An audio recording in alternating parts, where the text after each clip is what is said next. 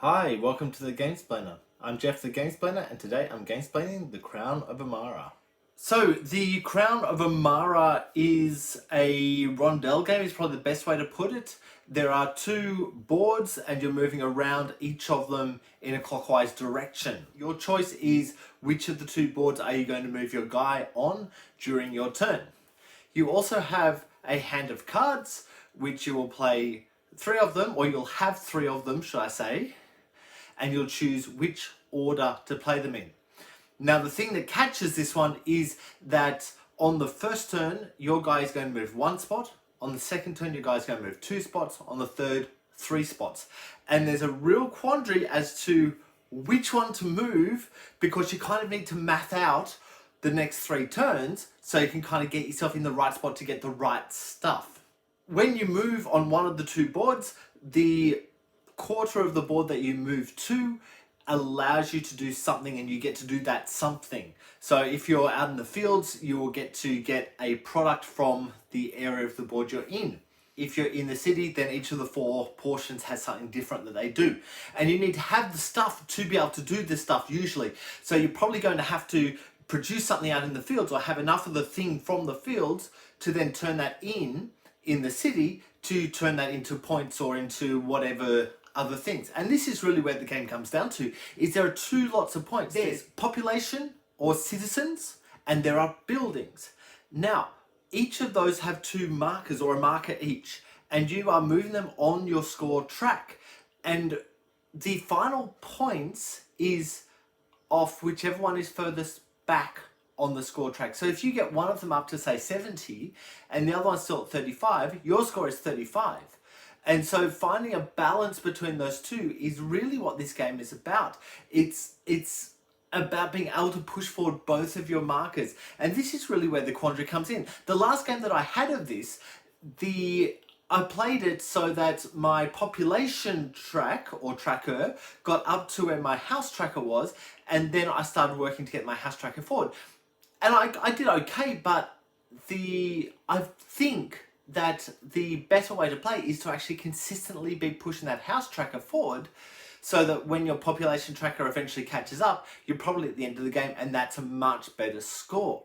That's my instinct on. I haven't played it enough to really find a fine detail way to play, but my instinct is to go after both of them right from the beginning, rather than waiting till one catches up to the other and then worrying about that other tracker.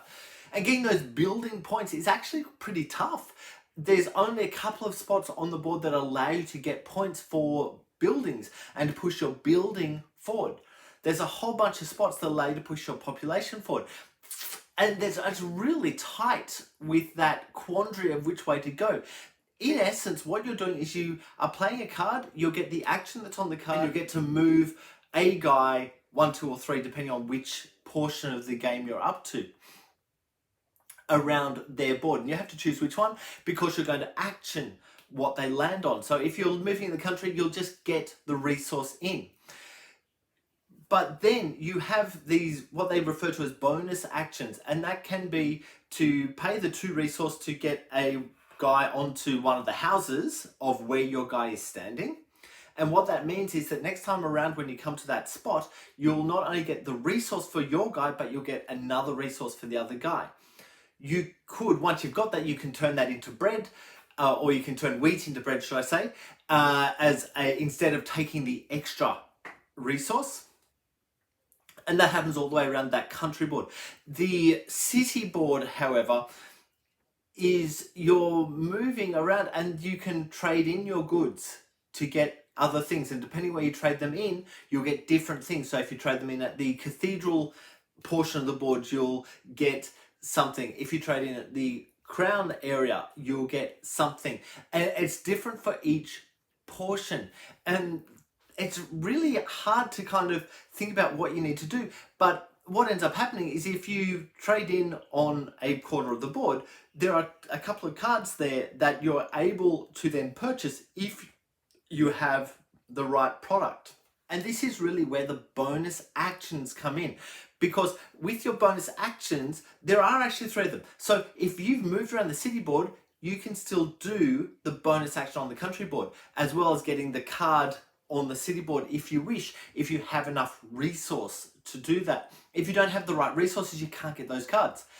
On top of that, there's also a kind of a leveling up process, and that's the third action within these bonus actions, where you can spend a coin or a ring that you've managed to get from the castle. You can spend those to level up your guy, and that gives you a whole bunch of points. What I found on the last time, I actually managed to level up to the top one, but the actual action of leveling up the top one gave me a heck of a lot of points. I think it was 25 points, I might be wrong on that, but it was a lot of points for my population track, but that left my little housing tracker really far behind, so I needed to then do something to catch that up. And there's only, as I said, there's only so many that you can do on that leveling up the houses action. Oh, there's a crunch on this game. There really is. And I found that especially on the last one round, because what you've got is you've got 9 cards total. You're going to use 3 of them, 1, 2, 3, and then you'll draw another 3, and you choose which of the 3 spots they're going to go in. You go 1, 2, 3, and then the third one. Once the third one's happened, you take all the cards that you've played, shuffle them up, and start again. Once you've gone through the deck twice, that's the game. You've finished. And so getting the right order on stuff is actually pretty important. Some of the cards will just give you more resource, which is great. Some of them will give you other actions that you can do, or extra bonuses that push you in one direction or the other. Now, everyone has exactly the same cards. Everyone has those identical bonuses, identical things coming in. But the order in which they're played can make a very vast difference. And so looking at your cards, you might go, okay, I've got this card that needs this to be able to make that happen. How do I get this? I'm going to have to move 2 spots to get that. Okay, which means that I'm going to have to play that in my second spot. This one's going to have to go in the third spot. And if I go that in the third spot, where am I going to end up on which board? These are the kind of thought processes that you'll have to go through when playing this game. It's intense. It doesn't look like a real heavy thinky game. And when you actually explain it, it's just move around that board or move around that board. Do the thing of whichever quarter you're standing on, do whatever's on the card. That's really straightforward, but the actual linking of everything together, it's really, really wonderful. And I think this is where the game shines. There's an extra level of thinkiness that doesn't appear to be there when you first set up, when you first explain it. But by the time you get around to that last round especially, you'll find that you're kind of right at the beginning of that turn, so you've got 3 cards in your hand, you'll be looking at those 3 cards going, okay, what's my order? What order do these guys need to be played in? Which board am I manipulating? Because if I move 1 on the city board, I'm not then going to be able to get to the next spot.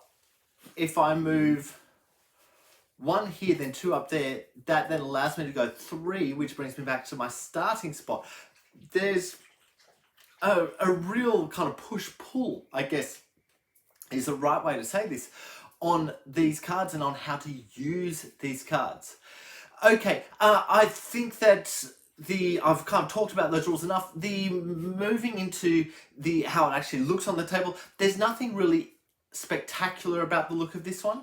Yeah, the pieces for your resources, they're resource pieces, but ignoring the actual playing of the game, the packing up of the game is actually really wonderful. The quarters of the board fit beautifully into this box.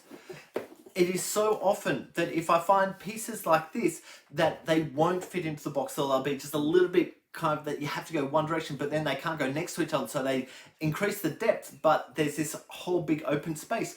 In this box, whoever's done the design of the actual product has actually thought about this. They may have been lucky, they may have just kind of gone, that's kind of lucky, but it feels like someone has actually thought through the process of, when I pack this game up, how is it going to go into the box? I really, really appreciate that. So people at Pex's Spill, thank you, thank you, thank you, thank you. It is a really comfortable game to pack up and to play, and everything that goes with it. I really appreciate this game. I think that I've spoken enough about Crown of Emara. So I will leave it there. If you would like to get an idea of how the game actually plays or the rules, please go ahead and watch my Gamesplaying Gamesplanation. If you have any comments or suggestions, please write them below. If you have any games that you would like to be Gamesplaned, please shoot me an email to thegamesplainer@gmail.com. Follow me on Instagram and Twitter @thegamesplainer to keep up to date with the games I'm playing. Subscribe to my videos to keep up to date with the games that I'm gamesplaining. And until next time, enjoy gaming.